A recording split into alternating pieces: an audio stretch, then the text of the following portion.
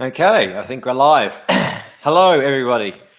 Can I just get a quick message in the live chat, if you can hear me, please? G'day, Felix. D. Munjama, Da, John Og. G'day, Kelvin. Text back, Kimberly. Awesome. Sounds like everyone's hearing me. So welcome. I thought I'd do a morning live chat just to get different people coming on board and different continents who'll be awake. So, a trip update and a bit of information about my Defender build. So, as you've seen, the last 3.5 months haven't quite gone to plan. It's been one of those crazy things where at the beginning, before I set off in June, I was worried about the floods and the rains and tracks being closed. But in the end, it just didn't work out like that. I had so many issues, little issues pop up that slowed me down. And it didn't end up getting where I thought I'd be. Again, like another typical Outback trip where I sort of have my ideas, but it doesn't work out. But let's go through what happened. So I started off, headed into Colgra floodplain, and then I had my fridge fail twice in 9 days, but I got that all fixed up eventually. That slowed me down a good couple of weeks and some backtracking, 500 Ks odd, to find service agents to get it fixed. I had my ignition switch fail in the same time. Thankfully, it's just simple, jerry rig to get that going again. Had a bolt shear. That was my own fault for not using high tensile. And then I had 2 more bolts come loose when I was visiting Sturt National Park. That was from doing, I had a fuel injection pump replaced just before I left. So whatever happened, for whatever reason, the bolts on there come loose that they put in. So again, but at least I was prepared. I had all the gear I needed on board in order to fix it. So I only got as far as Sturt National Park. So I filmed 6 days in Sturt, and that footage will be edited probably some point in the next couple of months. It's just been flat out. I got the call just before I left to go into Sturt about possibly getting the pop-top camper done this year, which I talked about with the Expedition Centre at the beginning of the year, but they were booked out. So I didn't want to wait too long. But that come through, and it just seems like the universe slowed me down so I could be in the right spot at the right time in Sturt in order to actually take a detour down to Sydney, where I currently am, to get my pop-top camper done over the space of about 3 weeks. And while I was here, I got somehow invited to be on Ronnie Dale's 4-wheeling content creator stage, the very first one, bringing all the different YouTubers together. And so that sort of worked out for great exposure for me. I met probably a good 20-odd subscribers. So thanks to everyone who come along and said good day and listened to my chat each day. So that was a cool experience. It's, been a big year. Plus I got the Australian Community Television Antenna Awards. They're awards that are given to people who've been broadcast on community television at some point in the last 4 years, and I got nominated for Best Outdoor or Recreational Program. So those awards will be, I think, in Melbourne next month or something like that. I probably won't be going there. I think by then I should be up North Queensland way. So very big month of exposure. Cool. Thank you everyone for coming on board. Hello. Quite a few. That's great. So next. So future. So the pop-top build was finished yesterday. So Friday. So I haven't had a chance to sleep in it yet. Not much anyway. But my future plans as of tomorrow morning, Monday, I'm leaving, heading back towards Brisbane. It's basically a straight drive up, a quick offloading of some of my old gear that I no longer need, and some more electrical wiring work to do on the build. And then I'm straight off to Inaminka. I'm hoping to get out there before it gets too much hotter. I really want to see the dig tree. Now, I'm not going to be filming any of Inaminka. I've decided to take probably a few weeks off. I'm sort of burning out just from constant going with the filming and editing, and then all this pop-top build and work. So I'm just taking a few weeks off just to enjoy Inaminka. But then heading into Welford National Park, which is a nice outback Queensland park, and then hopefully finishing at Diamantina National Park, which is also out towards that Birdsville region. That's the plan at this point in time, but again, things change. But I'll try and finish those 2 parks this year. So that way I've kind of completed the last of the Outback Queensland parks. Then probably get a job for another 5 to 6 months, work, save up all my funds, and then first thing next year, probably the Simpson Desert. So that's the plan. People have been asking me when I'm going to go to Western Australia. It's not this year, probably not next year. I'm just going to focus on finishing off this eastern side of Australia first. And once all this stuff's done, and then I have no reason to really stay here. I will have enough experience. I would have gotten my car sort of set up just right and carry only the amount of gear I need and not too much excess kit. And it's easy for me just to head off then and spend a couple of years in Western Australia, find jobs over there rather than coming back to Brisbane and finding something locally. So, like I said, the Sydney show, that was a great experience. The Pop Top was done live in front of an audience there who was walking past and watching. So it was great exposure for me to actually have that done. I got it all on camera. So all that footage, I'm still filming some of that footage for build part 3. That would be the final video for the build. And then then I'll do a separate video, like a full overview of the whole entire car and what my current setup is, because it's been a while since I've done an update on what the car is set up like for those who are interested. So a few quick things about the Pop Top. So I've been asked about the solar. I have 2 150 watt rad power ETFE solar panels, slim lightweight panels. So they're only 3.3 kilograms each. Various lights, all those have been put back in, the same spotlights, the 360-degree view. I've got sail track around the edge, so I can run my tarps in without having to carry expensive and weighty awnings everywhere. I've got the upgraded bed, which is a special thing they import from Europe, which has all slats, so it's more better for my back. I'm hoping that will help me out with the back pain and issues. And I've been asked why I chose a Pop Top. It's just, again, due to safety and comfort, because a rooftop tent means I'm taking up a massive amount of space on the roof, and I won't be able to have my solar on there. And then it means getting in and out of the car every day to set up a tent on top. And then the risk of slipping down a ladder and hurting myself, and I'm in a remote place, no one's there to help me. If it's early in the morning, I fall down the ladder half asleep. Also safety in that if I do get attacked by someone, highly unlikely, but I'd rather be inside a car that I can quickly jump in the driver's seat and drive off rather than being trapped on top of a roof or alone. There are other options like the pop camper builds as well that sit on the roof, and those are much the same reasons why I chose a Pop Top. So we'll start doing questions soon. Just I'd really love to know too what exactly type of film style you want to see from me, because I noticed when I did my big 4-part Carl Winya series, it's the biggest film I've made to date. It was absolutely epic. 13 days of filming, then another 3.5 weeks hunched over in a tent editing. And I kind of see that for me, the films did okay. I did about 3,000 to 5,000 views for each of the parts. But then I noticed the vlogs I put out or started making, they get around 7,000 views. So it seems vlogs, the more just natural, nothing fancy, just one GoPro camera filming everything seems to be more what people want to see, just everyday life rather than an epic proper travel film. So if you can write in the comments, not so much in the live chat or we'll just go crazy and won't be able to keep up. But if you write in the comments or just email me, please, just tell me a bit about what you really like about my film style, or what is it that you really want to see more of or less of?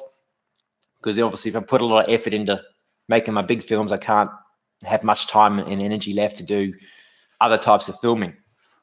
So just write down here, any ideas, what it is, particularly why you're subscribed to my channel and not others. It's just something like that. So I get a better idea of what it is you really like about my style of filming and travel. So I can probably tailor my films better towards what you actually want to watch. Ebook. You may have seen a little image on the end of my films now. I've started advertising an ebook, a vehicle preparation checklists ebook. So that's available on my online shop. I haven't officially launched it yet because I'm still getting ideas, and I did a bit of a pre-launch and gave away a copy free to all my email subscribers and started getting some really great feedback from those people. So thank you very much to those who did give me some feedback. And I've been updating it eventually to new editions. So once I finish the current rewrite. I'm going to do a public release officially, or launching it. But that's a great little resource if you need checklists on how to pack for your car and prepare for a trip around Australia or beyond, or overlanding the world. It's a good little resource there. So I've still got a few more new checklists to add to the list from the information I've gathered. But that's out there now, available, and it's lifetime updates. Each update I do, you can just log back in with the links you're provided at checkout and re-download the latest edition. So that's all the news from me. So let's start going through some of the questions. Now, last time I did this, each time I got a new thing, the feed would run back up down to the bottom, and I'd be searching up and down. So it took a bit of work. Okay. So any questions about anything about my travels, the build, anything you want to know, just put them in the live chat, and we'll see what we come up with. Yes, Sydney is beautiful at the moment. It's still a bit cool. I'm not used to this kind of cool weather in Brisbane. In Brisbane, it's normally t-shirts in winter, except for a couple of cold days and a beanie you might put on. Okay, Majanda. Sorry, I pronounce it wrong. The new Defender. Yes, the new Defender is out. So my thoughts. I think I like it. They could have done something a bit different with the front end and made it a bit more squarish and more reminiscent of the old Defender. But we have to remember that Land Rover is a luxury car brand now. They haven't been a rustic utilitarian type vehicle manufacturer for over 20 years. Like, the Defender's a dead, obsolete model that lasted way beyond what it probably should have done. It's one of the least safe vehicles to drive. So they have a luxury car. It's made for a new generation of Land Rover Defender owners who want luxury, who want comfort, who want reliability, who want all the bling and fanciness. Like, it's way beyond what anything I can probably afford. From current estimates, it's going to cost maybe 70,000 Australian dollars, and then by the time you add all the additional kits and bodywork and accessories, it could get up to 100,000. So it's completely, it's a new car for a new generation, for a new century. So I think I like it. They can change it in time, but it looks quite nice, I think. As to how it goes in remote places with 85 ECUs controlling just about every part of the car, it's a bit of a worry, I think, to rely on that amount of technology in really remote places. So I personally wouldn't buy one if you ever had money, not until maybe they get all the kinks ironed out and it's proven to be sufficiently reliable in remote, like rough conditions. But yeah, you're always going to get the purists who want the old ways, but the old ways are dying. We've got to move on. It's 21st century. There's far better ways to build a car than making it by hand. So it's for a new generation.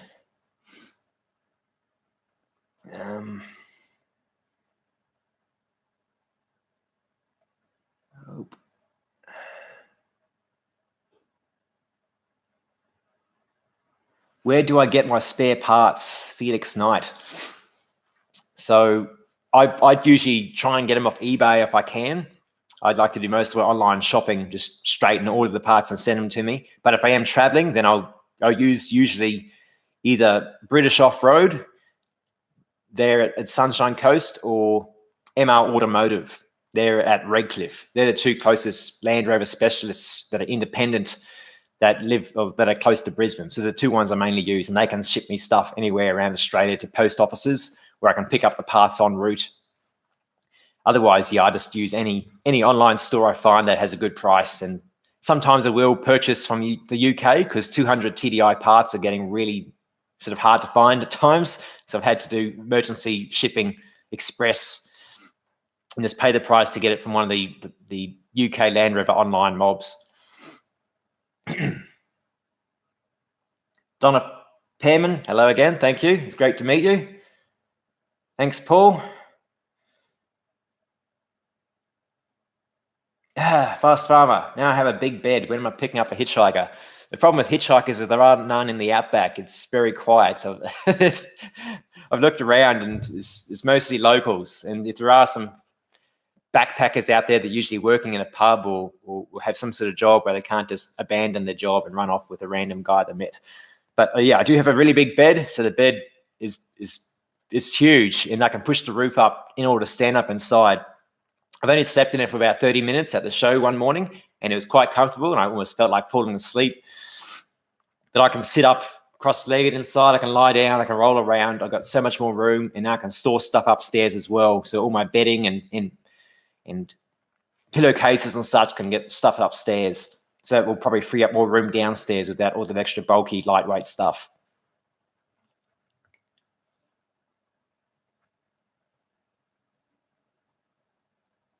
Yes, the build update's coming. So yeah, like I said, that part 3 will be the final of everything I've filmed to date for part 3.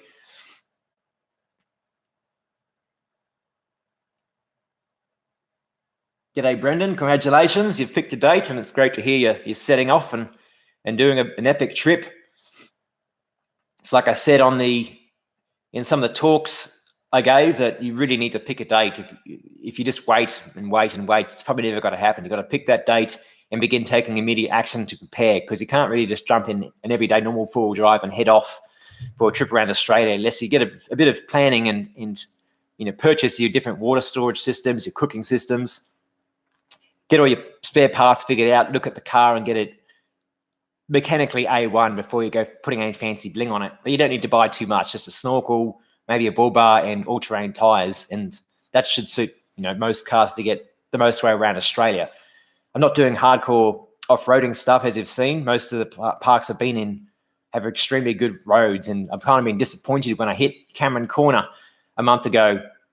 It was so easy to get there. It was bitumen all the way, and then the gravel tracks around the area all fairly good condition, wide, a bit corrugated and rough in some sections, but just about every four-wheel drive produced in the last 70 years could do that, and many two-wheel drive cars too. So the country is shrinking. So if you want to see Australia and still have some adventure, get out there now and don't wait another 20, 30 years, because the bitumen's spreading every year and it's just getting so easy. What's the conversion worth? So for the pop-top camper conversion, I haven't got the final bill yet, but it comes in around about $13,000. So that's Australian dollars. So I had the bed option, which I upgraded to the more expensive bed, and then the modification plate for Queensland, that costs more money than most other states. So we added about nearly an extra $1,000 on top of the $12,000 base price.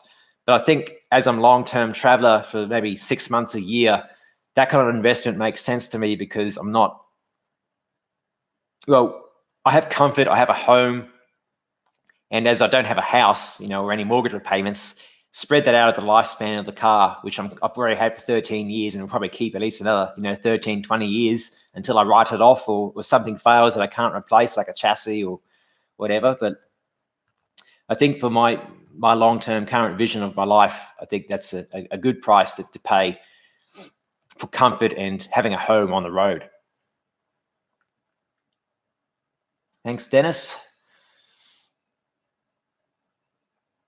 G'day, Andy from Dublin. I was just thinking about Ireland this morning, how I should probably go there someday and just, get around. Thanks, JB Camp.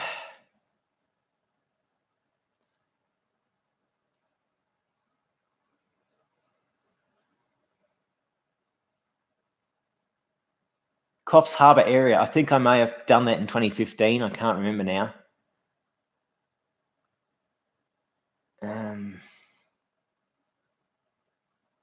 G'day, Michael. My favourite place, Wicked Wildlife. Geez. I've seen so many places now. Favourite. The Googs track always still comes to mind, just to being such a beautiful spot, like a mini Simpson Desert. And Karawini, where I just was, that was also quite beautiful. Like, it changed so much just through the park, what was available to see. But then some of the Northern Territory, right, and like Ruby Gap, well, that's beautiful as well. So it's a really nice little spots that are quiet and almost no one around. So I like that isolation still.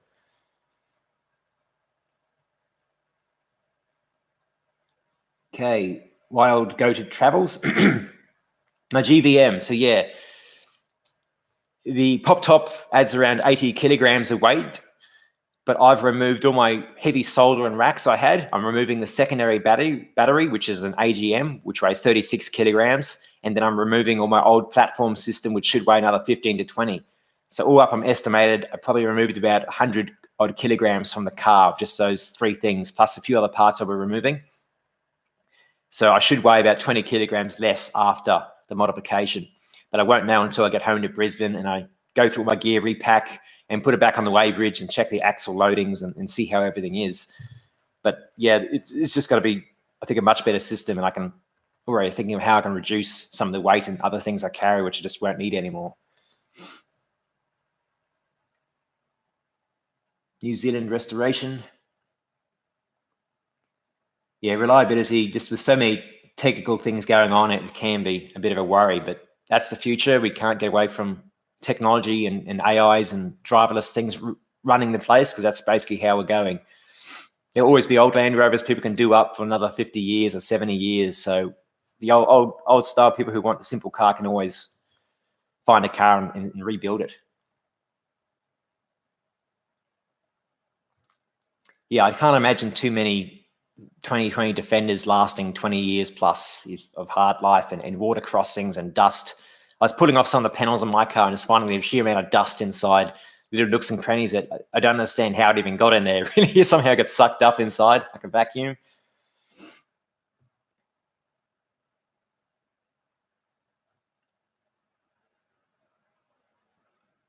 Druid Stone, g'day. Yeah, Ronnie, like I said in my talks, Ronnie has a different style. He always goes in big convoys, and he appears to be rushing to get to a place and just traveling massive amounts of kilometers, fast travel, because he usually has a limited amount of time, and permits he has can only last a short window. And he is a bit more extreme, I think, in some of his off-roading, with a lot of wheel spinning and cool dramatic shots of tires and mud flinging. I don't do that kind of stuff. A, because it's impossible to film a lot of that as a solo filmmaker, and B, because I drive an old Land Rover. I don't have a lot of power. That limits me to slower traveler, and I like to really spend time in each place and enjoy it, and not just rush through it. So, yeah, I can learn a bit from him, because he has excellent knowledge on remote area travel. Like places he's been through Western Australia, I can only imagine just how remote they are. So I could learn a lot before I head WA watching some of his videos, and maybe I could teach him just to slow down and just enjoy a place for a week or two, and just enjoy the wildlife, and not so much focus on the cars, but the actual place and the history.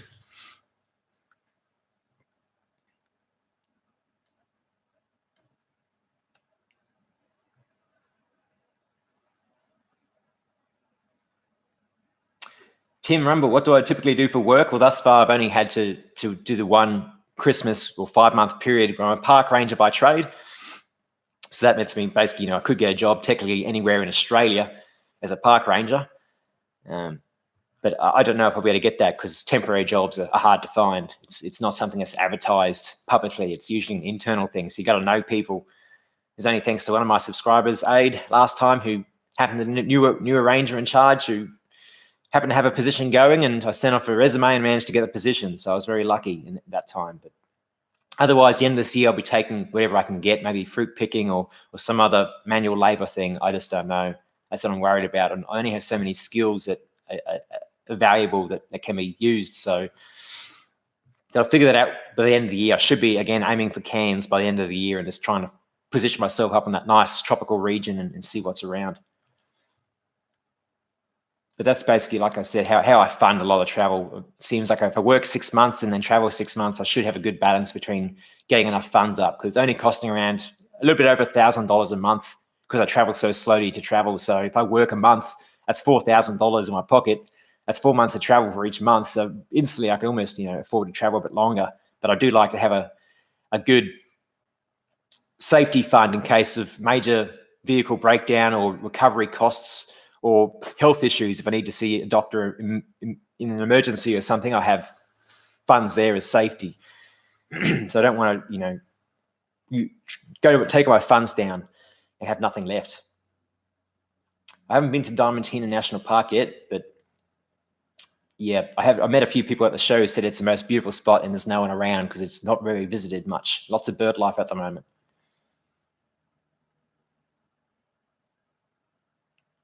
Yes, I have seen some grizzly bear videos. I don't watch too much of it, but occasional video pops up on the feed and I have a quick flick through. I've got some interesting adventures. The angle's working fine, Duncan. Yep, it's since the replacement refrigeration unit has just been purring, so no problems with that. Hopefully that lasts another 8 to 10 years and then I'll buy an actual new fridge.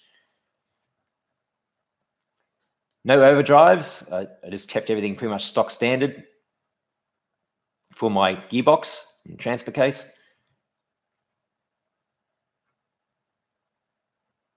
No intention of doing the Cape because I have done it, and then I'll just be wasting my time because I lived there for 2.5 years as a park ranger. I got to see all the parks and see all the places that you never get to see that are off limits to the public, which is some really nice spots out there. So no intention. There's so many videos on Cape York, it's done to death.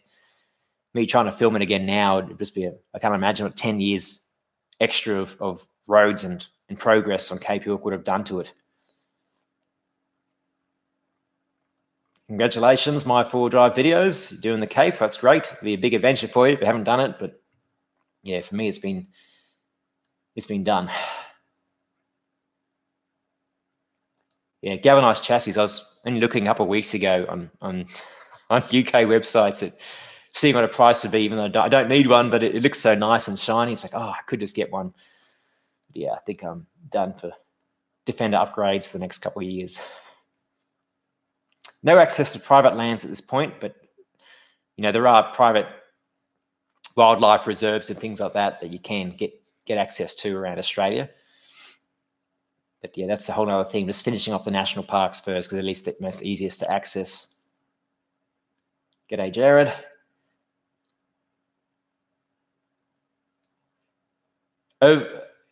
Overseas trips. At this point, I have no plans because the sheer cost of shipping a car overseas and then heading off and all the different car nets and insurance and things that might just blow my mind too much. Probably too stressful to do that alone. It might be something I do, but if I have a partner to head off with me. My interpersonal skills are kind of, quite poor now after so many years alone and working in national parks. I rarely see anyone. So trying to deal with multiple different languages and corrupt border guards and so forth, I don't think I can handle that alone. So that will have to wait way off in the future. Australia's still big. I've got loads to see here still. Vic High Country, not currently, but I'll see how I go again. Anything can happen. I did Tasmania back in 2008, but that was a quick 10-day trip, so I may actually ship my car over to Tasmania and spend like a few months down there because it's easy to spend like a few months just in Tasmania. It is a beautiful spot. There is so much to see down there. Beautiful forests.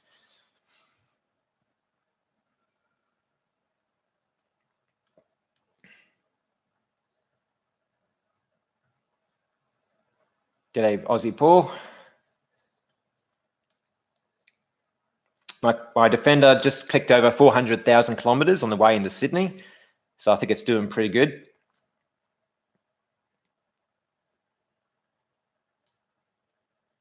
Yeah.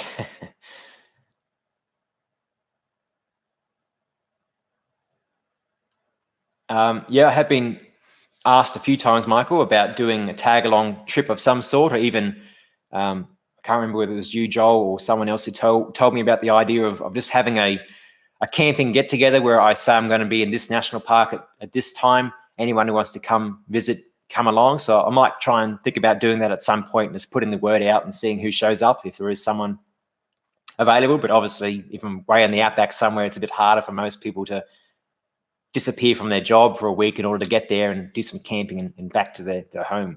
But that's something I could think about in the future.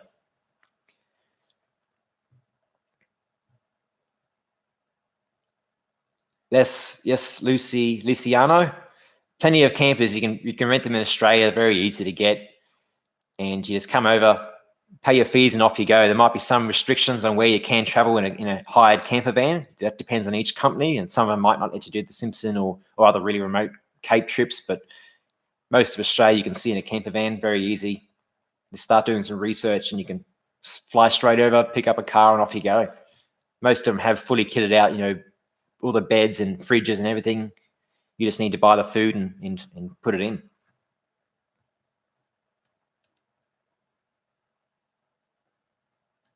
Matt, thank you. Good to meet you. Storage drawers, I'm not touching anything else inside for the interior this year. Our budget's kind of done, so I'm going to get some experience living in the pop top first and see how I feel moving around and where I want to push things and put things and notice more of the axle weights and what's leaning where. And then I'll probably build a homemade connector kit using some aluminium tubing and some flat, thin materials just to cover it up. So that, yeah, I don't want to touch anything inside for the time being. But that's another thing that will have to come in the future, but just not now.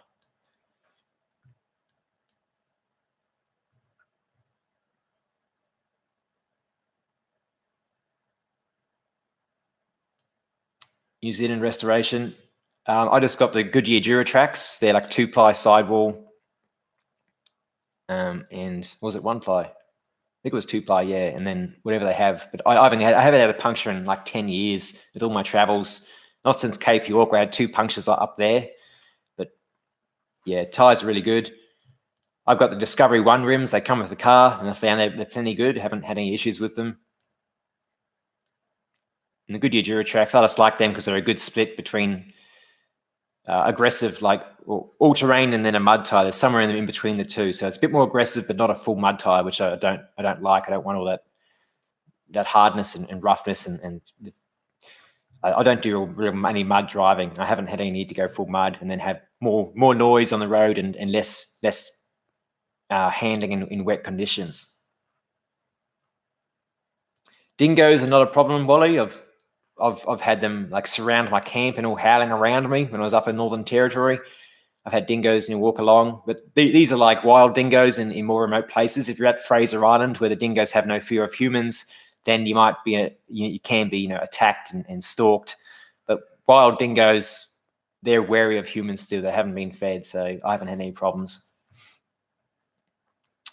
Jared, based in Brisbane, so that's my home base where I can head off and continue traveling from there.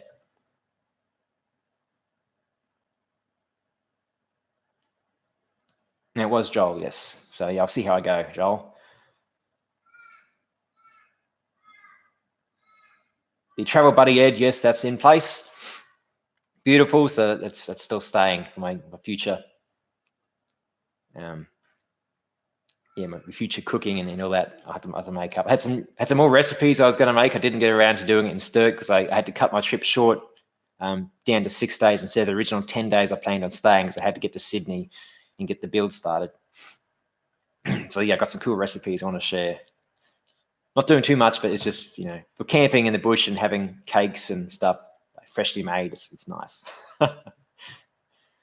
Morning, Gumby. Thanks, Phil.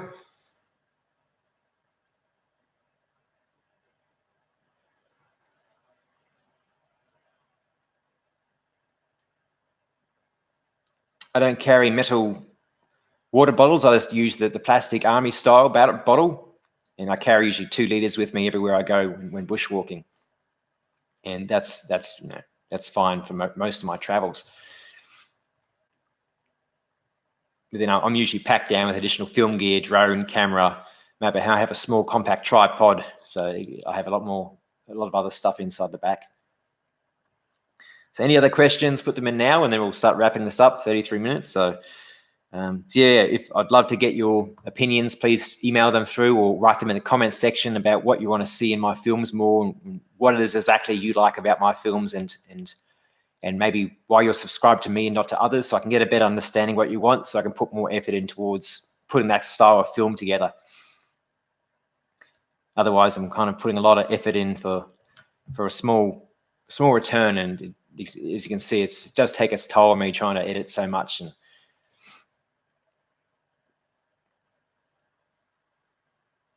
Kimberly Overland, I haven't had any troubles yet with my auto-tune antenna for the HF. It was recently serviced like back in 2013 or 14 when I had it installed. So that's usually good for about 5 years. If he's got 5 years, you meant to get it serviced just to keep it running smoothly. But yeah, it's been working great. Mark, what books I'm currently reading? I just finished reading The Surrender Experiment, which is a really cool book about a guy who did a lot of yoga and decided he just not set his life in like consciously choose his life, but just allow the universe to guide him as to what he should do. And he ended up going on this crazy journey. He documents and becoming like a multi-millionaire business owner in a business he didn't really intend to create, but that's just how everything just guided himself, just by whenever something come towards him as a request, he'd just go with it. And he had this incredible flow through his life. So I kind of like that idea. And I'm trying to start to add some of that surrender into my life and not trying to hardcore direct where I want to be, but just allow things to happen. Like the Sydney thing happened, and then the content creator stage happened. So I just say yes, yes, yes, and just allow things to flow through. Who knows where they'll end up. And also I'm reading now a biography of a yogi, I think it is. My phone's just here. I read quite widely, so I don't try to keep myself set to any type of genre. Let's give you a list of a few of the books. The Autobiography of a Yogi, Paramhansa Yogananda. So he was an American yogi who come from India to America. And so I read about half his book. It's just amazing the life he's led. And again, the types of things that happen, the synchronicities, some of the knowledge of the Indian yogis and bilocation and healing. All these things have been documented around the world. So I like to see exactly what the mind is doing. I'm trying to start to add it, meditation into my life to help calm the mind down. I only do short little 20-second bursts of just silencing the mind, but I'm finding some of this information is really cool. I've also recently finished Steve Jobs, the biography. That was really cool. If you love Apple or anything like that, or even just to understand the man behind the brand, get his autobiography. Very eye-opening, just his characters. I was kind of shocked that he's kind of like a crazy man, really, but he's loved because of it. I also finished The Alchemist recently. That was something that's I've been told many times by Paulo Coelho something. But yeah, The Alchemist, it's one of the classics. And again, it goes in about kind of just finding your personal legend, what it is you're meant to do with your life. I'm still having questions about where I want to direct my life, but for now, I'm just traveling. Next up, I have to read The Three Pillars of Zen. Let's see, Principles by Ray Dalio. There's some cool things there I've started reading. And The Gig Economy, GIG, The Gig Economy. So it's talking about the future of jobs and how they're basically disappearing as AIs and technology begins to eliminate many positions. People will have to start going from a job mentality into a gig economy where they do small little jobs here and there, and that's how they make their income, be like as a freelancer.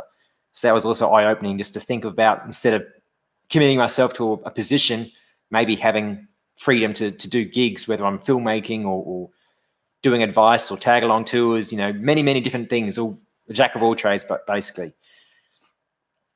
So those are some of the books I've most recently read, so that's what I'm reading currently.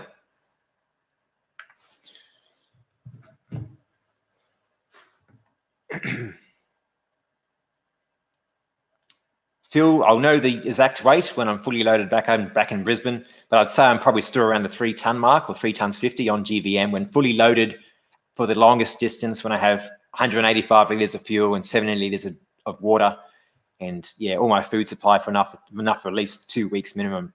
But otherwise, I don't fill the secondary tank very often. It's rare, except for those longer stretches where I think I want to just randomly drive around with no concern for fuel or distance.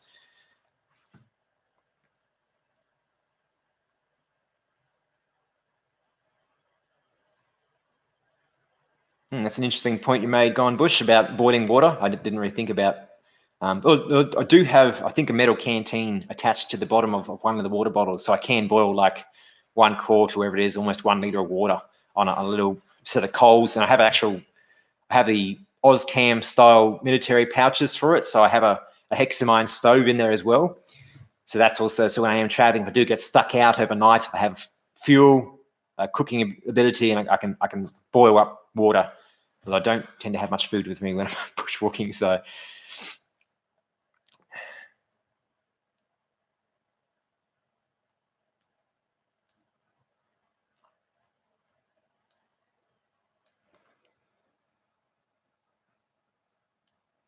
More cooking videos, Paul. Okay. I'll see what I can do. Longest I've gone without seeing anyone, I'm pretty sure it got close to a week. That was probably Northern Territory towards the end of the season. So I spent like a week in one of the campsites and saw no one until the day I left. So that was really nice. And then through Victoria, I traveled to like 3 different parks and almost saw no one traveling through those parks the whole time. So that was really also cool.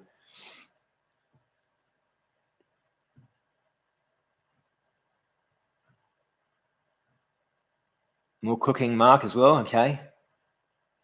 Bush tucker, lone wolf. There's a good chance I'd probably die if I tried that.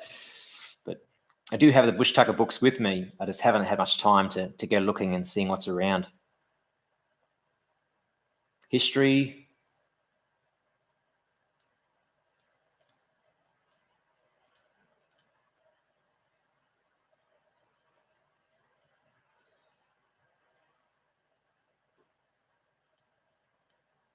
Yeah, that's all good. Okay, cool. Well, wrap this up, 40 minutes. I think that's enough. So thank you for joining me today on the live stream. So tomorrow, jump in my car and start driving towards Brisbane along the coast. And then within about 1.5 weeks, I should be out, or maybe 2 weeks, I'll be out in Indominka. So I'll be offline for a while. Then I'll try and get part 3 finished of the build and uploaded perhaps before I leave. So thanks for joining me, and make sure you pick a date, get out there, begin to explore, live your some days today, and enjoy life. Okay, thanks for watching. See you later.